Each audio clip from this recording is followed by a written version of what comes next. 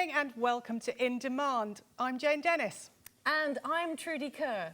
Undoubtedly, women in the public eye are subject to more comment and criticism than their male counterparts, with interest not only in what they do and how they do it, but also their appearance, their behaviour and their personal life. This might lead to the rise of a role model, but it could also lead to the demise of a career. We are very fortunate this evening to speak to two perfect Maltese role models.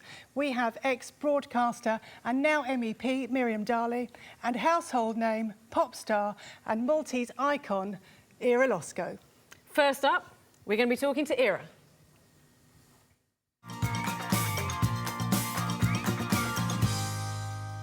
Ira, fantastic to have you on the show. I have a feeling it's going to be a bit of a lively one this evening. I hope so. It started already. Listen, you've obviously had a long career in music and started off with Eurovision a long time ago. Before you got into music and your role that you have now and your position that you have now, how did you feel about fame? Were you worried? Were you concerned? No, I was never concerned about it. But I was never I never had hunger for fame. I mean, what I wanted to do was just prove myself. Prove that I could sing well, that I could write my own songs, that I could play my own instruments. Did you think that fame was going to happen? Was it something that you thought I thought that it would happen, yes. When I took part in the festival and I placed second, I thought, the first time, second year I meant, in the Maltese Festival, I thought that I would become a recognizable face, but I didn't think that it would be so huge, like, you know. And then after, when I went to represent Malta at the Eurovision Song Contest, it kind of got bigger. And then when I went to tour Germany, it got even bigger.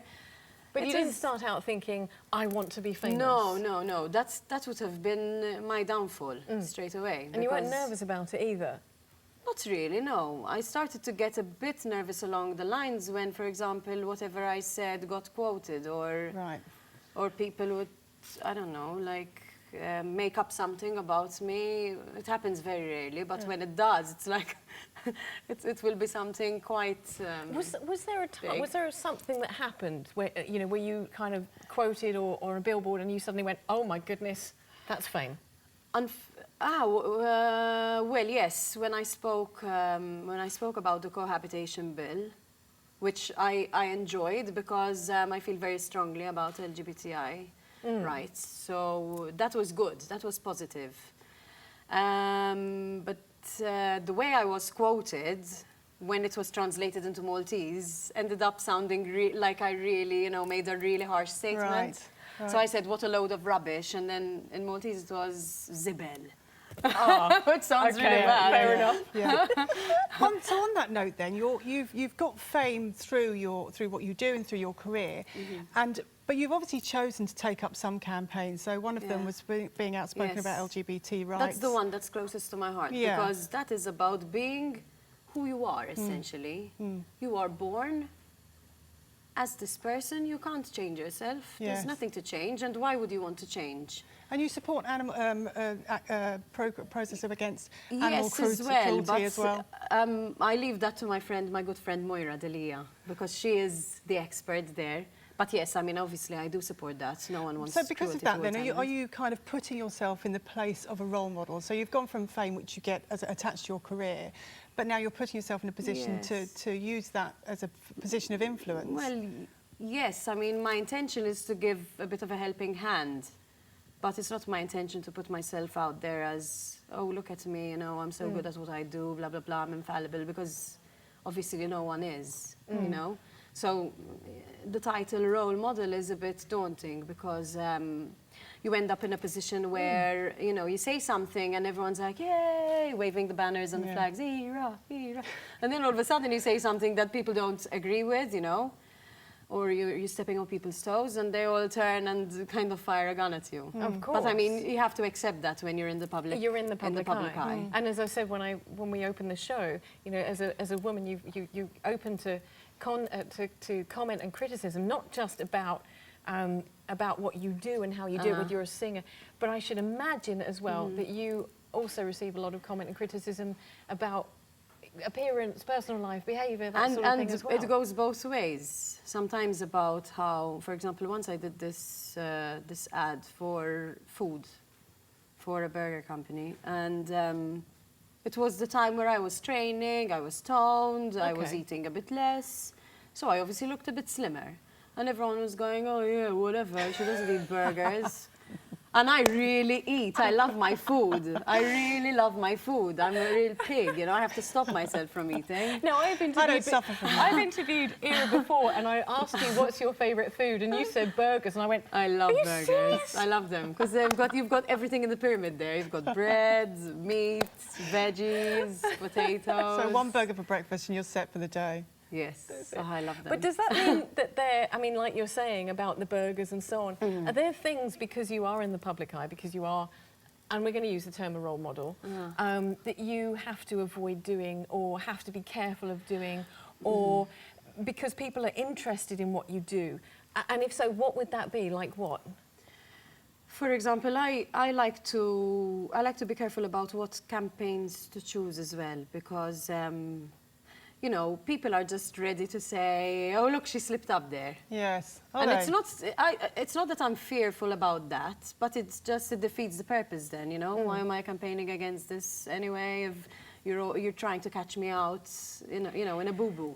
It's a sad state of affairs, isn't it? Because we, all societies have always been, you know, cheer the hero, and then as soon as there's the As soon teeny as they boo-boo, slip up, they're like, quick, look at that. yes, Yeah, exactly. let's just... So apart from being careful about the campaigns, is there anything else that you would avoid doing just to make sure? I mean, just not acting like an idiot. But I think that's exactly the point. not wearing I worry burgers. about these things. 'Cause I think, you know, we're all human beings and we all mess up sometimes. And you know, going out possibly without your makeup on might be one of them. It might. No, but I people don't have an mind that at expectation all. of I what mean, era is. So That would really not be something that would be like first on my list for not doing. but are there because, compromises you make about your behaviour? You would think, oh, you know, I better not get caught doing yeah, X. I mean, trying to keep decorum, you know, whenever I'm in the public eye. I can do what I want behind closed doors, but outside, I mean, I guess even the older you grow, you know, the more you kind of realize that should work. I was thinking what you were saying. We are lucky in Malta that we don't quite have the same tabloid Yes, we environment. talked about this on Women in Media, didn't we? We did, Uh-huh. yes, that No, you have we in- don't, but we've got some people who kind of cover that area quite yes. well. Yes, I think I know who you're talking about. But it's not. It's. I mean, for instance, in the UK, the US, or other European countries, No, they're Italy, constantly under a good magnifying grief. glass. And Yes, yes, so yes. into the personal life. Uh-huh. So do you appreciate that maybe in Of Malta course, it's no, not I quite as appreciate that intrusive? completely. And the And mobile I- phone generation as well, the fact that everything you do can be recorded and it's instant, it can be course. anywhere. Yeah. That you have to be careful. And so even filmed. behind closed doors, you know, you might be having a private party with people, having a good time. And That's what you're gonna say. Yeah, I was going to be very careful. But you might, but where that goes and who you're with and what they can and can't share. Yes, of course. No, that's also, I mean, you know, an issue. But no, I mean, here you accept the way it is. It's a small country. It's a small island. We're very insular, you know. Everywhere you go, you're going to meet someone who wants a photo or wants to talk to you or whatever. And I I'm have fine that with problem all the time. Yes. I walk down the street. But I'm sure you do. No, I don't. You're quite a recognizable face. I saw you last time. Remember, I told you on a poster. Oh yes. Yes. Yes. posters No, now? long story. Tell you later. So you won an award for being a kind of a Maltese image icon. So you are seen as an icon. And when you put together your music and your videos and the persona that you portray as part of your career, do you think about the impact that has on the small girls that might be listening to your music and watching your I mean, videos? Do you take that seriously? Yes, and image is very much part and parcel with music in the music industry nowadays. I mean, it's always becoming more about that. It's always becoming more about what image you're putting out there. I just like to be creative with it, you know. I don't think I'm trying to be overtly sexy or overtly sexualizing my music or my image.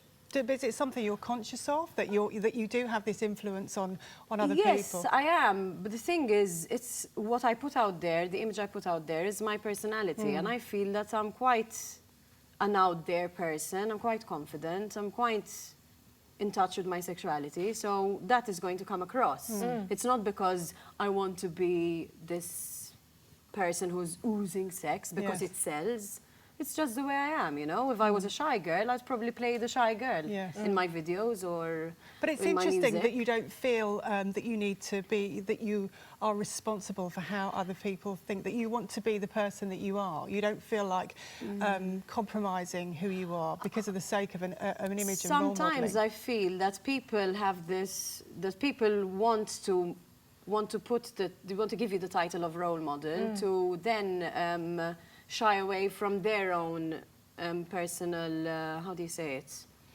What they Inadequacies? need to be doing, you know, their responsibilities. Don't point your finger at who you call role models, you know, It see must- what yeah. you're doing first, and then it's my life, it's your life. Okay, I'm in the public eye, yes, people will be influenced, but you know, it's not only me, there are like thousands of other artists that could influence. And I'm guessing as well that you're talking about young girls, and that there is some, obviously there's some connotations that young girls that come growing up will be looking at you and seeing you, but you are also a role model, a musician for an adult Yes, of course. generation. That And must it's be- also that an must art, and be- some people have to distinguish between art and personal life. And I would think parents need to guide their children towards, you know, taking the positive out of Right, a role yes. model and not what they would determine as negative. And anyway, some parents don't all determine some stuff as negative or positive. But it's great to Depends. which see is you where the as a, responsibility is. as a role model for talent, like you said, you know, somebody who plays instruments, somebody who's done well as a career woman, somebody who's got a great talent, to be recognised as a role model for that rather than from an image. Do you think that people struggle to differentiate between the two eras? I think sometimes they do. And I mean, we all have our hang-ups, you know. I don't feel beautiful all the time. I don't feel sexy all the time. Not every image works for me. I remember when I cut my hair, I wanted to shoot myself in the head. I hated it. I completely hated it. But you know, I mean, I'm discovering, I'm learning about myself. Yeah. I'm discovering myself as well. So that's what, you know, people on the outside who are looking into, you know, looking at my videos, whatever, have to realize that we're all human, you know. Do you think men, male talent, have the same pressures to have image and to look good, and the same people pointing the finger I don't. that women have? No, I don't think so. I don't think so. Not always. And I remember what used to frustrate me in the beginning when I came back from Eurovision was that I came from an alternative scene, and I used to write songs before I went to the Eurovision, and I used to play instruments before I went to the Eurovision, and people just couldn't accept the fact that a woman could do that. Really? You know, so the band members who are male in my band would get a pat on the back and saying, Would "Oh, they? you're really good," blah blah blah, you know, and I would be like, "You look really nice," No way! you know. Wow. So you continuously have to prove yourself, but I mean, it's okay. I mean, that's life, you know. We're going to talk about that more about in just a second. We've actually got Miriam, who you know Yes. is going to be joining us just in a moment, and we'll be talking to her, and then we'll be letting loose with both of you Okay. later on. Ladies and gentlemen, don't go anywhere. Go make yourself a cup of tea or pour a glass of wine. Come back and join us in just a few minutes.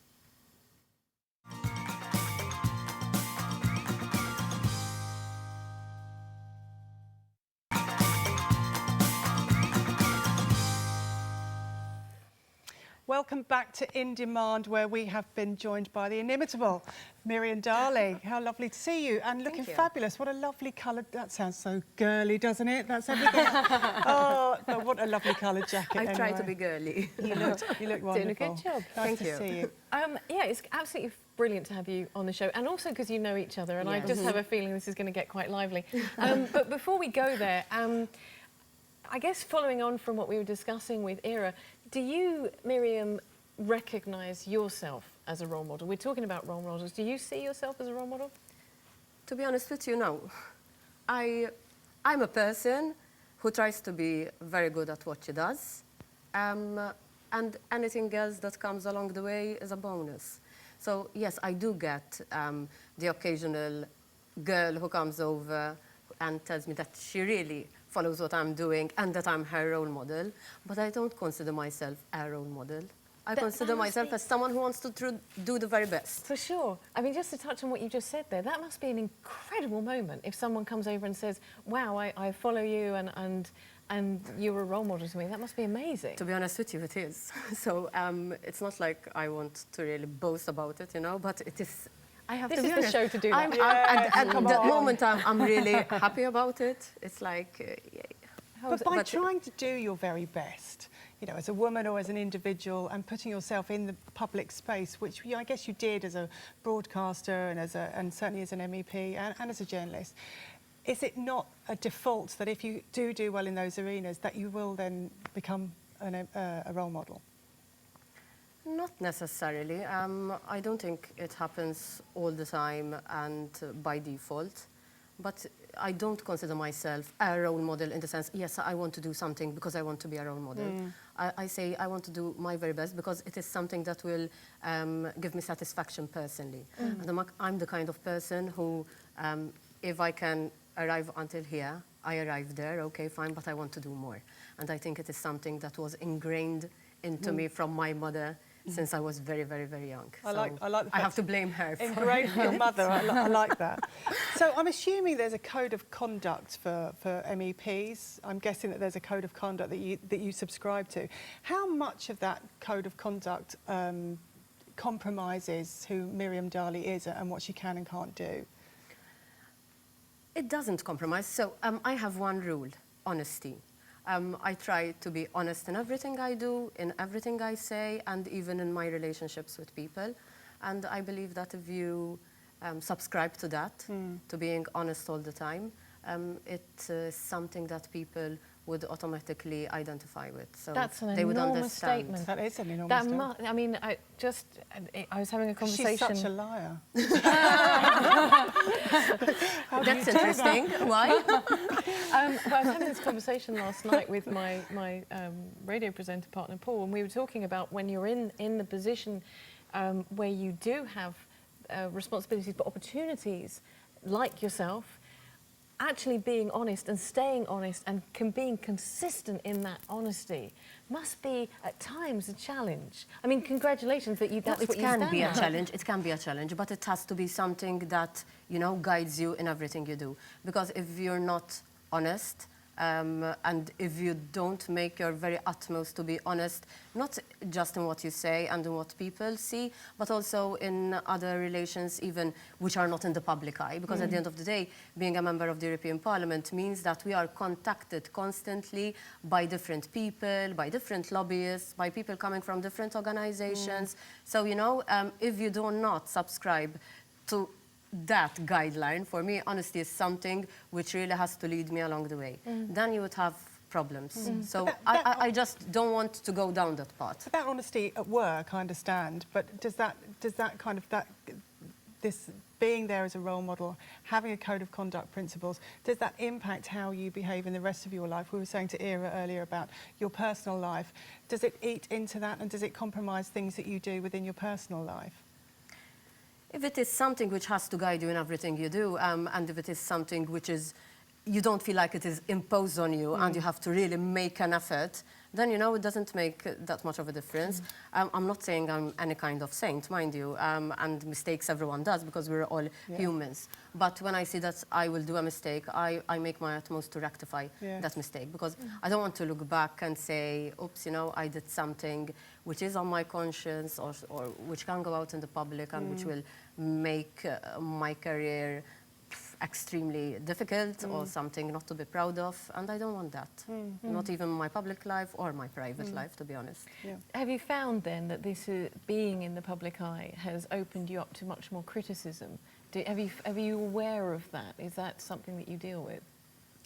I'm aware of it. To be honest with you, this week we had a discussion. I was speaking to someone and I was telling them I'd rather take a position about something, be it for or against, and be open to criticism, because at the end of the day, we're all open to criticism, rather than not taking a position about something. Sure. It was something we were discussing in the Parliament. But it comes with the job. It's a baggage. You can't be in the public eye or be in the role of a politician and not accept criticism. So, you know, criticism is part of the whole package, and you have to deal with it, like it or not. How do you deal with it? It depends. Sometimes I try to see the criticism if it's something which I can learn from, and which is, if it is something constructive which can give me something in return, that I try to look into, and I try, you know, to take the best out of it. But by default, isn't politics full of people who are not doing that? Who Yes, are trying definitely. To, yes. And then you have the other criticism, Yes. which can really get you down and which can get to you. And at the beginning, you know, it used to get to me. And then I decided that if you ignore that kind of criticism, you live such a better and happier life. Because what you don't know doesn't even bother you. Can I ask, do you find, I mean, as again, like I was saying with Ira, when I opened the show, we talked about women being probably receiving more comment and criticism than male counterparts. The criticism or comments that you might have because you're in the public eye and are seen as a role model, are they always about your profession? No, not really. Rather than criticism, what I don't like are the snide comments, or those comments that start from someone somewhere you never know of, but sometimes they take a life of their own. Sometimes they can be funny. Sometimes they can be a bit nasty. So the funny one was when someone thought I was pregnant, and my pregnancy took like 3 years. Yes. And there was no It baby was a at the end of it. never-ending story. But then the nasty comment was when someone decided somewhere that I separated from my husband from like 6 months after we got married. And that bugged me. Yes. Because it didn't involve me only. It involved my husband, who isn't in the public eye, and who And it puts doesn't your want to get relationship involved. into jeopardy as Yes, well. because, For you know, nothing.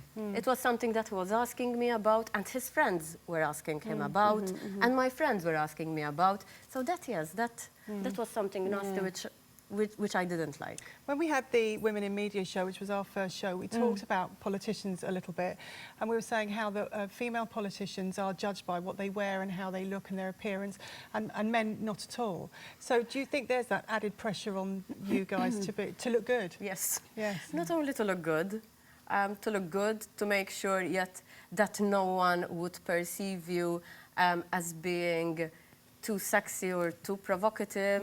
So you have to really, you know, balance things. And I catch myself looking into the mirror just to make sure that my tops are the right size and everything. Do they expect you to be better at your job because you're a woman? Do you have to prove yourself more, do you think? I feel that, yes. I feel the pressure of proving myself, but I look at it as something positive because, you know, it is something which makes me do more, which makes me work harder. It is tiring as well, but I see that there's a difference between some male colleague who thinks that he can get things easily and doesn't really do the effort, and female colleagues who feel that they have to prove themselves all the time, and you realize that, you know, they work harder. Yes. And I think it's something, if you look at it from a positive aspect, it's something which makes your work better, which makes you work harder. It's interesting that we're still talking about that because there still seems to be the difference between the fact that it's recognised that women do have to work that little bit harder just to achieve the same level of recognition. Do you think that's fair? Definitely not. Definitely not. But you know what? It's even worse if you're younger, because somehow people feel that if you're a young woman politician, but even I would assume in other areas or in other careers, they feel like they can trust you a little less, or Really? You know. But I think it is something we're overcoming. From what I'm seeing, even here in Malta, I think it is something we're overcoming. What I saw even in the last MEP elections, it was that people had trust in the female candidates, which was quite a surprise, because all of a sudden we had 66% Yes. of our candidates who were female, so from 0% we went to 66%. Yes, so I'm positive that, you know, things will change and culture will change. Brilliant. Do you think girls seeing women going into politics, and that's your point of being a role model, do you think it will encourage women to join politics and young girls to join politics more? That, yes, for sure. Because I was all the time saying we do not have enough female role models when it comes to politics. And I think the more people out there, the more young girls, ladies, young women see women entering into politics, I think the more they would realize that, yes, I mean, if I can do it, someone else can do it as well. And this is something we really want to talk to you, both of you, about in just a moment, because we've been discussing ourselves about women as role models and whether they're enough and how do you nurture that. We are going to have to take a small break. It's just so lovely talking to you both, and the show is going so fast. But ladies and gentlemen, quick, go and make that coffee, go and pour that glass of wine, and join us back in just a few moments.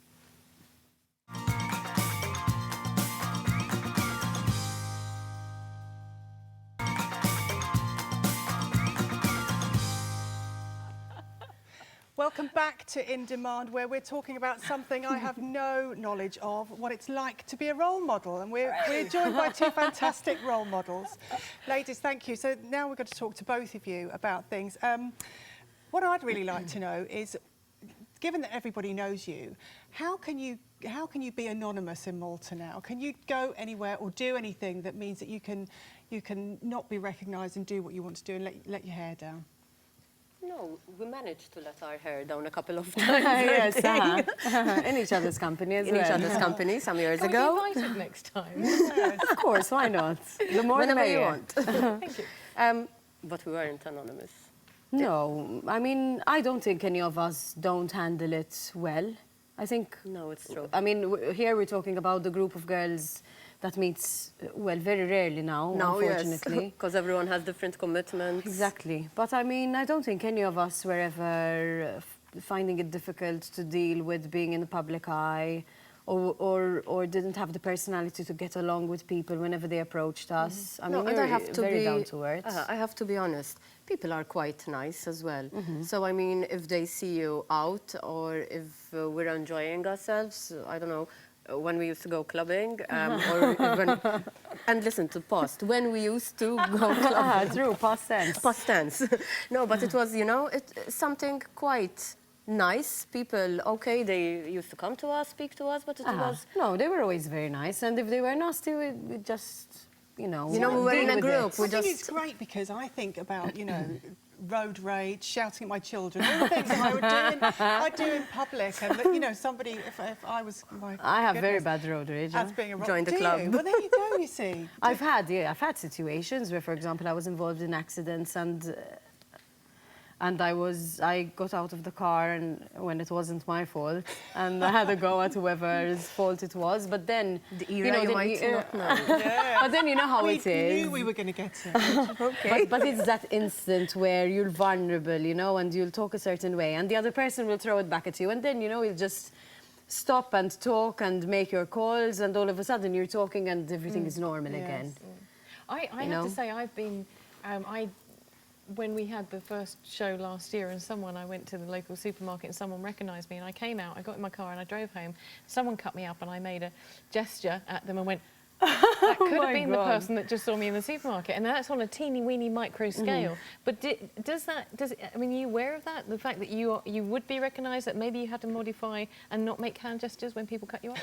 I think you automatically switch on the I'm in the public eye. Yes, but sometimes it happens. So you're speaking about road rage. I didn't have your kind of road rage. God bless, I hope I will not meet you when you're in that state.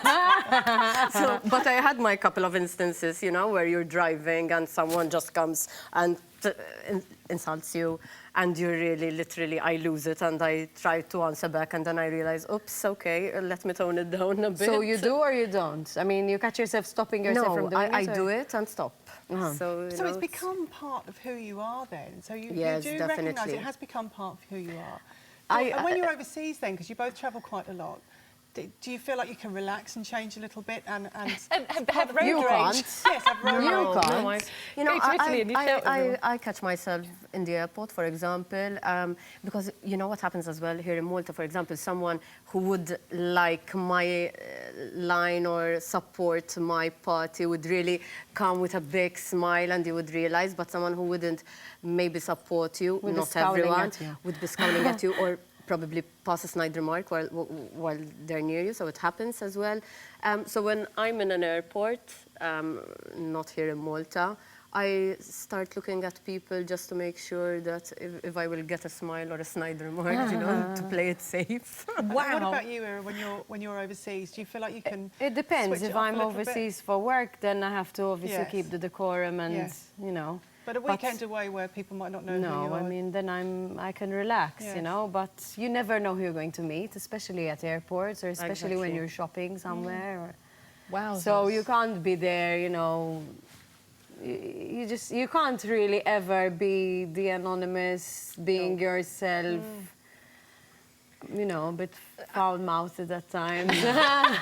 Just for I wouldn't fun. even go there, for example. No, you can't. You No, definitely no. can't because you never know who's standing behind you. Of course. I don't And think- anyway, I don't well, think why you would guys you want to realise do how that? much that's I mean- become part of you. It seems to me that it's something that you do, part of your lives, that now we're talking about it, you're saying, yeah, well, it is part of your lives, and it's an unconscious It becomes behaviour part of now. your life, but Yes. it's you don't do it consciously. Yes. So, you know, it automatically comes part of how you The act routine. and everything. So there isn't Ira the singer and Ira at home and Miriam in Brussels and Miriam in the public eye and Miriam at home. You are one consistent person. Yes. I feel that. Yes, so. definitely. I think people who cannot accept the fact that once they're in the public eye, they have to give up a part of themselves and give it to the people who put them there in the first place, because Exactly. that is it. People put you up there, so you have to respect them. They have to respect you too, but you have to show them the respect back. So when someone doesn't want to compromise that, then that is where they are going to have a very hard time, and they're going to have a problem, and they're going to have psychological problems too.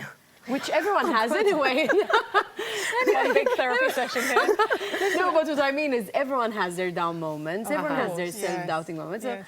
It, you know, But it's everyday not, life, you know, it would be very difficult if I had to have a persona in the public eye and a totally another. different person in my private life. So I have my ups and downs. There are moments when I'm really moody and I don't want to speak to anyone. There are moments when I'm really good fun, but it happens in both spheres, in my private life and in my public life. Listen, I think you wouldn't really be as honest as you said you like to be if you had two personas, right? No, definitely not. That would really compromise the honesty. No, and you it spoke would be about difficult. before. Can you imagine trying to switch from one person to the other all the time? For me, it would take a lot of my time and energy, and I don't have that There's much some people time that do, and aren't there? energy. There are some people that live those have their TV. I have met in my career, not here in Malta, but in the UK. I've met people who have a persona On TV. and TV or in the public eye, and then you catch them when they're completely different. Yeah. Completely different. This is their show face,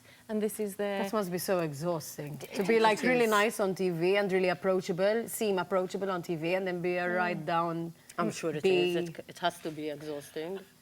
It is. Can you imagine? I'm No. sure it would be exhausting to be like completely different. Ladies, I have a question for you, completely on a different subject for a second, but it's got a compliment in it. You are both very beautiful women. You Thank both. you. Very, very I don't welcome. always feel beautiful, but thanks. How much has this helped your status? Not just, obviously, we all assume it would help Ira with music and so on, but not all musicians are as attractive as you are by any stretch of the imagination. And of course, you're in politics as well. So how much has your physical attributes and appearance helped you in your career, your chosen careers? Well, when I look in the mirror,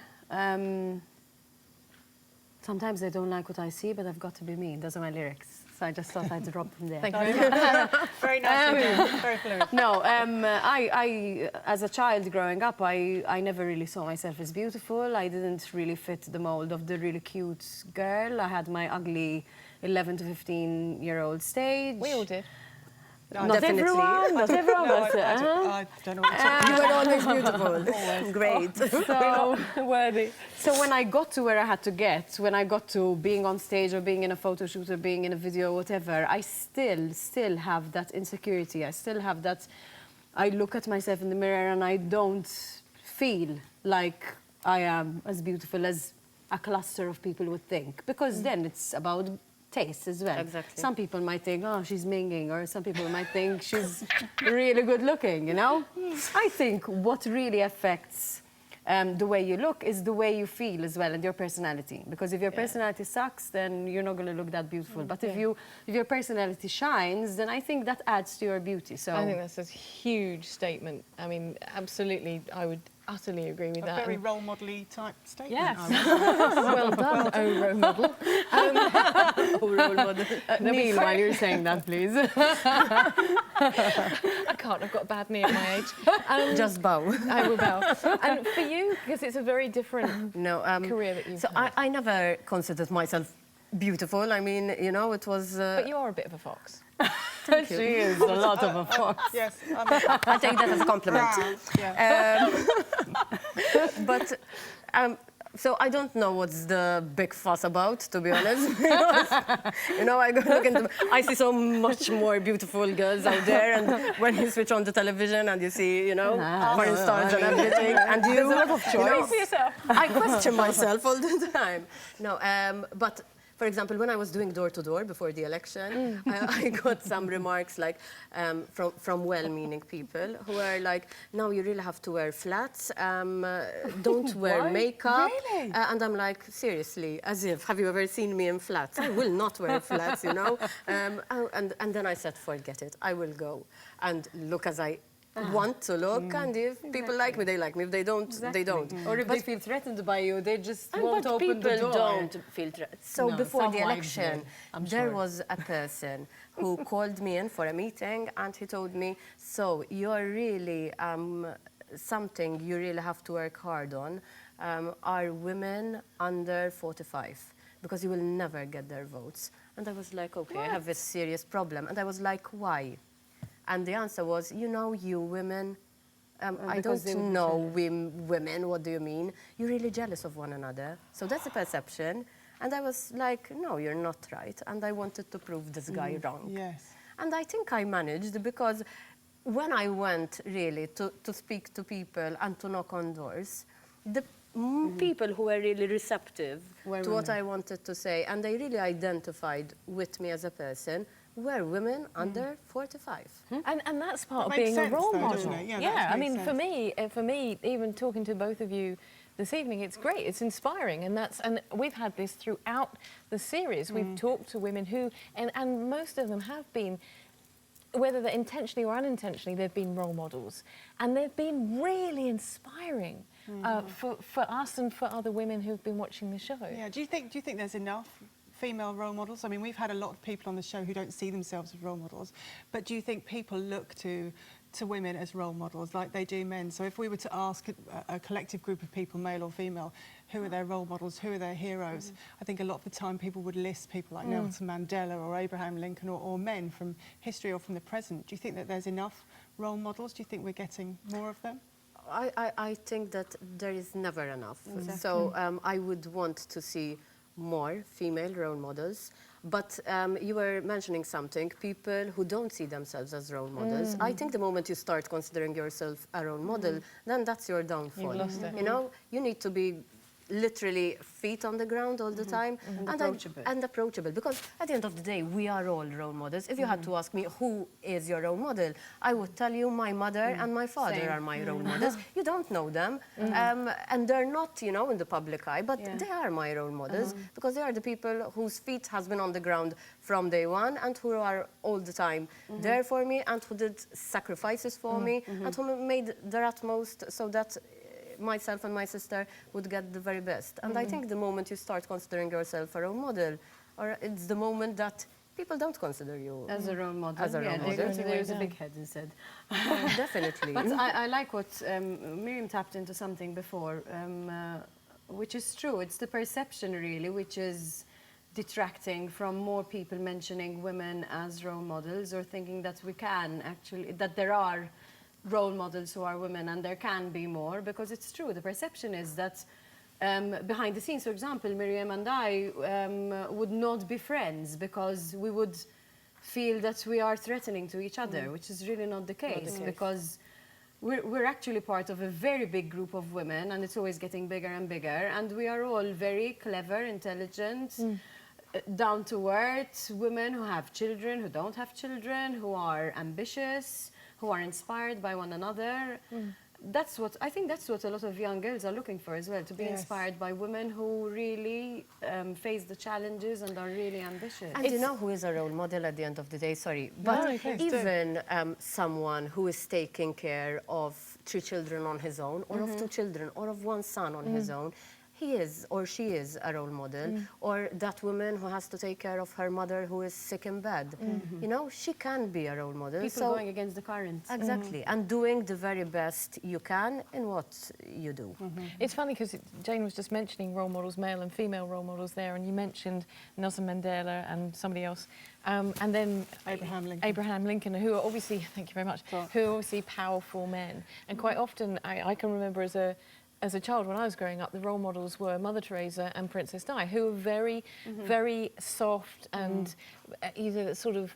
And you've just hit the nail on the head. There needs to be role models for women that are young women to empower them.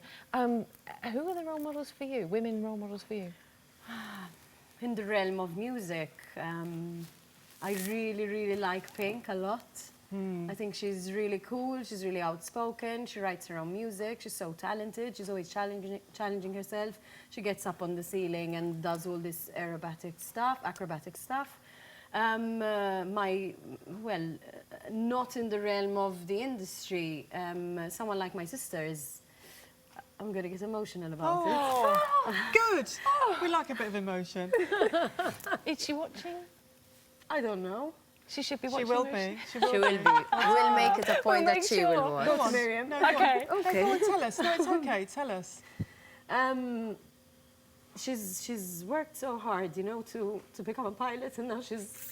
No, her okay. sister yes. is really a tough person because she worked really hard for what she See, has. this is me being like emotionally broken down. That's a role model, that is. Yeah. That's gorgeous. That's So really she's gorgeous. become a pilot. She's managed to fulfill She's her worked dreams. so hard for it, and everything was coming against her, and she's done it now, Good you for know. her. Good for her. Jolly well, And- good for her. Yeah, and so that is really inspiring to me, because someone who worked so hard to get their dream, and now she has it. Lovely. Good for her. Well done. For you? What a great family. Yeah. For me, Margaret Thatcher, for example, is a role model in the political area, not because of her policies or anything, but because I don't subscribe to those policies, but for being a woman who made it in such a male-dominated era. Cheers So to it that. wasn't, you know, she was tough for Yes. that time. At the moment in time, for example, we have the Danish Prime Minister who is a female, and if you had to look at the prime ministers from the different member states, you don't get to see many women, you know. So, to put it Well, mildly. I was watching the news the other day, actually, and there was, you know, the G7 and some big summits going on, and there was Angela Merkel in a jacket not dissimilar to your colour, amongst all of this kind of white, grey-haired men, all in their All in suits. black and suits. She, you know, had a red jacket on, and that was it. There was that solitary person marching across the grass in some alpine place, looking fabulous. But it just showcased, you know, how few women there are in those senior positions. But I'm positive that things will change. I don't know, call me anything you like, but I'm really positive that in the years to come we will see things changing, not only across Europe, but I think even in Malta. And I have to say, that's a beautiful, beautiful note to end the show on, because we're having such a great time this evening, but we have run out of time, and I'm sure that we'll carry on talking for a little bit longer. With some wine. And I do, listen, I really wish both of you the very, very best. I'm guessing that both of you got very busy summers. Yep. You do or Yes. I don't? Yes. No, I'm trying to have a break this summer. Oh, yeah. Okay, I have Good to luck with admit, that. because it was a really tough year.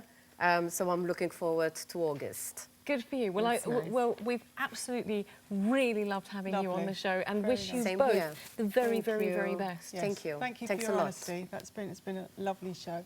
So, join us next week when we have some more fantastic guests like these wonderful women on In Demand.